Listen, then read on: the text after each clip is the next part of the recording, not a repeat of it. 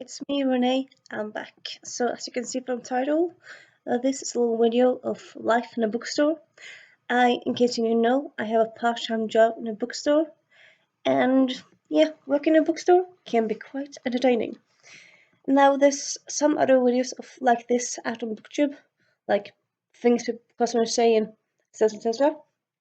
I already did one a year ago. I think it's over a year ago. I'll link it down below. Um, but that one wasn't completely ranty. It was also kind of like, but also I have great customers, which is something I'll do in this video as well. And yeah, let's start, shall we? So yeah, also as a kind of like a good note, a good yeah, kind of backstory. The bookstore I work in is called Arc, so yeah, it's kind of important now and then. And yeah, so there has been not one but several customers who come into the store, look around, and then ask me, "Is this Arc?" I'm like, "What? What?" I mean, you do know that all the sales stuff says Arc on them and stuff, and like the sign above the door says Arc, and I mean, how can you be so obvious? Oh, how can you be so distracted? It's just very strange. Oh, of course, that's what I'm thinking. That's not what I say. Okay, so what I say is, yes, this is Ark. What I wanted to say,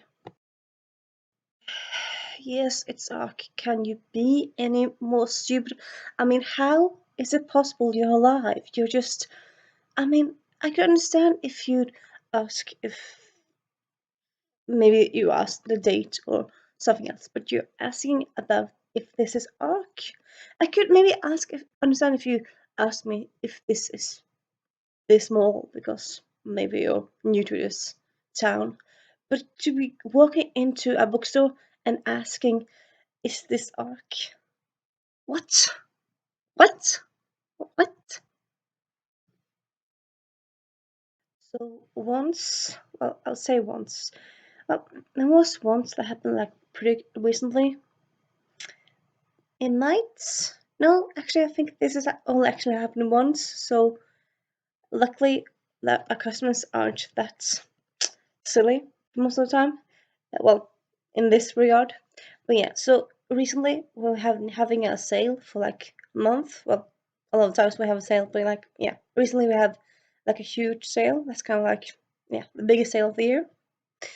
And then there was this customer. She came in. She walked around, looked around at the shelves, looked around at the tables, and then she asked me, "Do you have a sale at the moment?"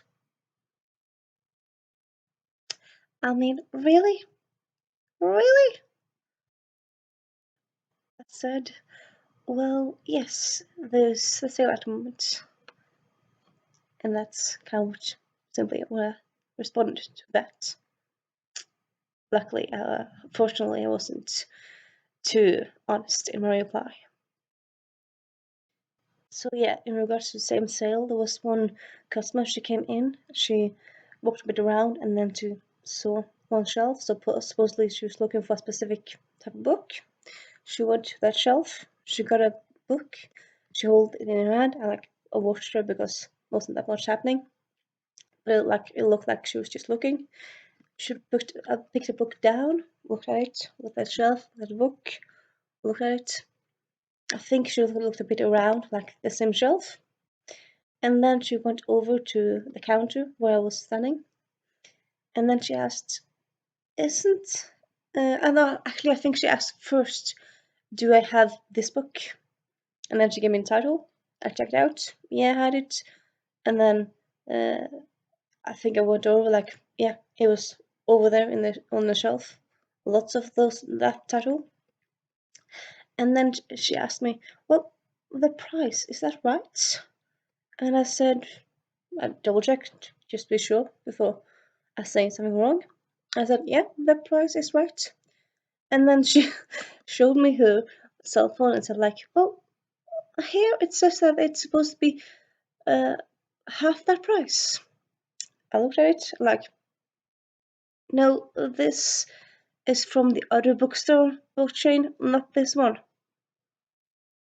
So yeah, supposedly she just got into our bookstore, just like being so secure, so sure of herself. She's in the right store.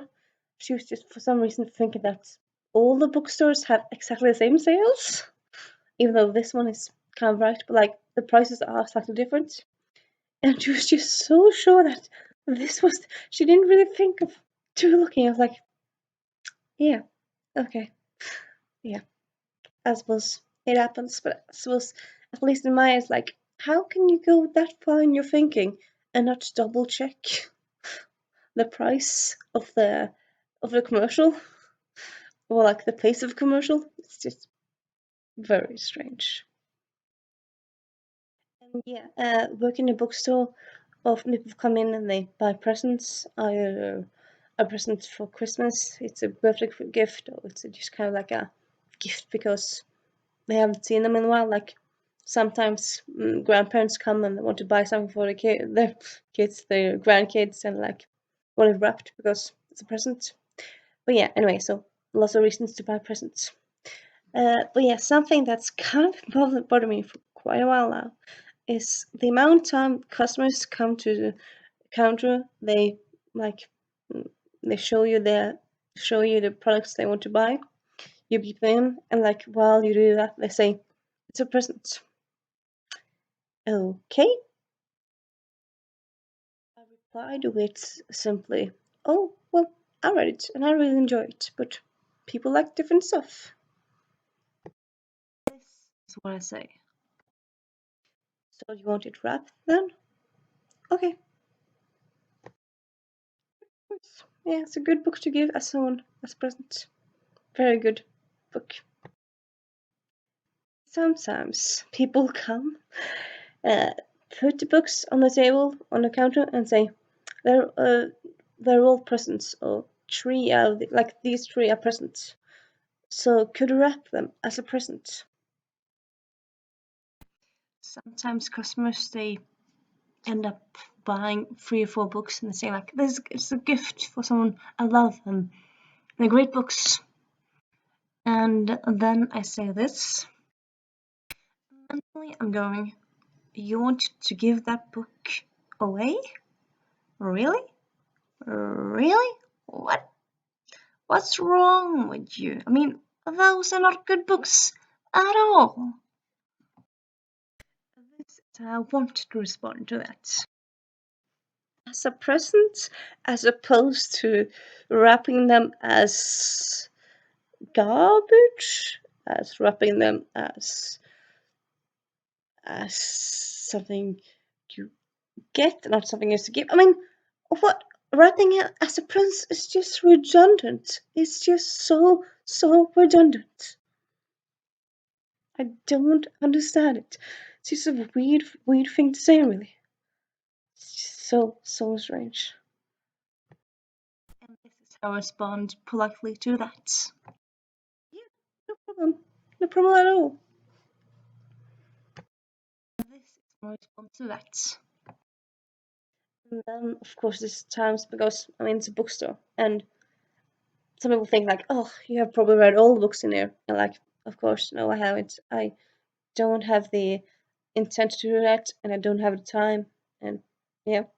But yeah, so sometimes when I see someone, they go over buy a book, maybe they buy a few books. Well, they get a few books in their hand, go to a counter, and say like, "I love this author, and he writes so good."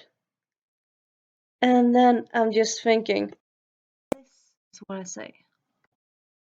Yeah, he's a bestseller. Yeah, a lot of people like him.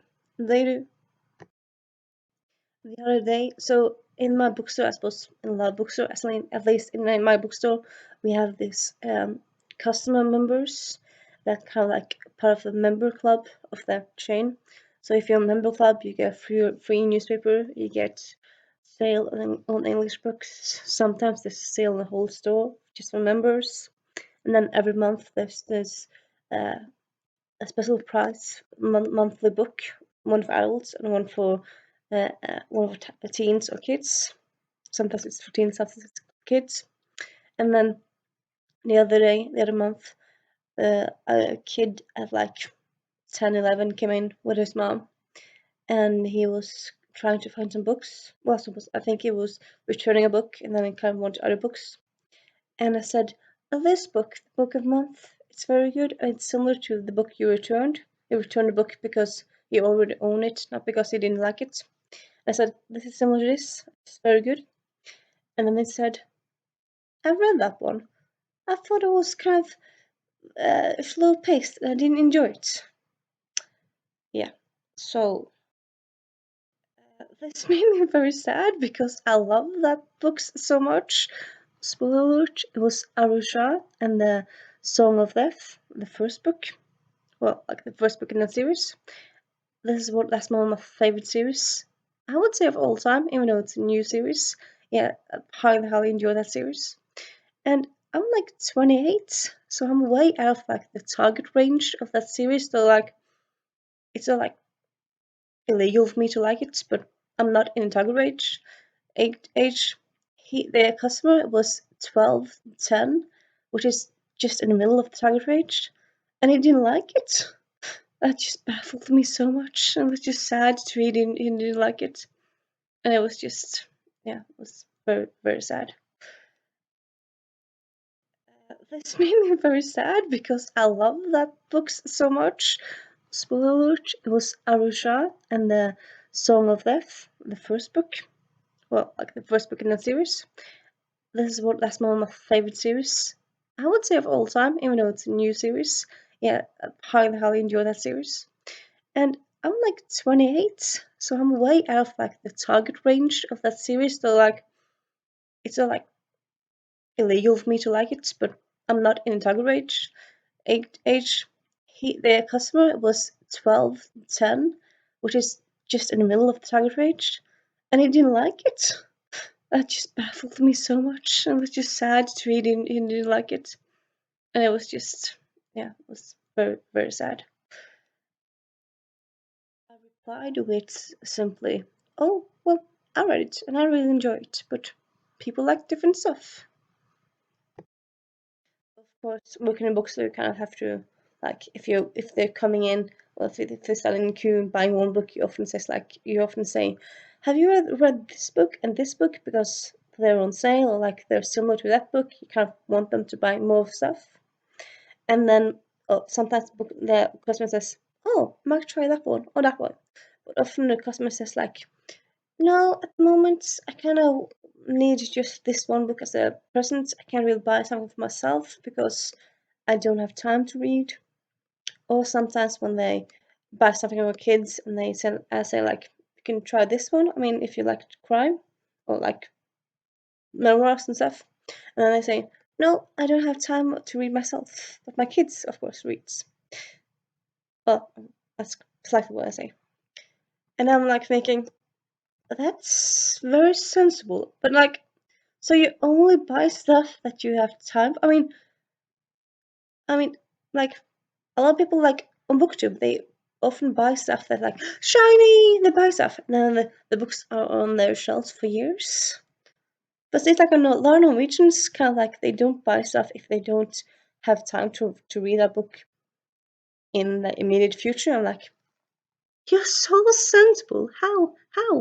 And also like lately with lockdown and Corona, why have you not time to read? I mean, you can't go to a pub, you can't go to cinema, can't go to concerts. Well, I suppose you can go to, like, at least Norway, there's cinemas are open some places, and you can go to some like book talks and like stuff happening in libraries. There's like, it's often like, it's not, you can't have a full audience, so let's just like half the audience. So often, often a lot of stuff you could have before Corona you can't do now.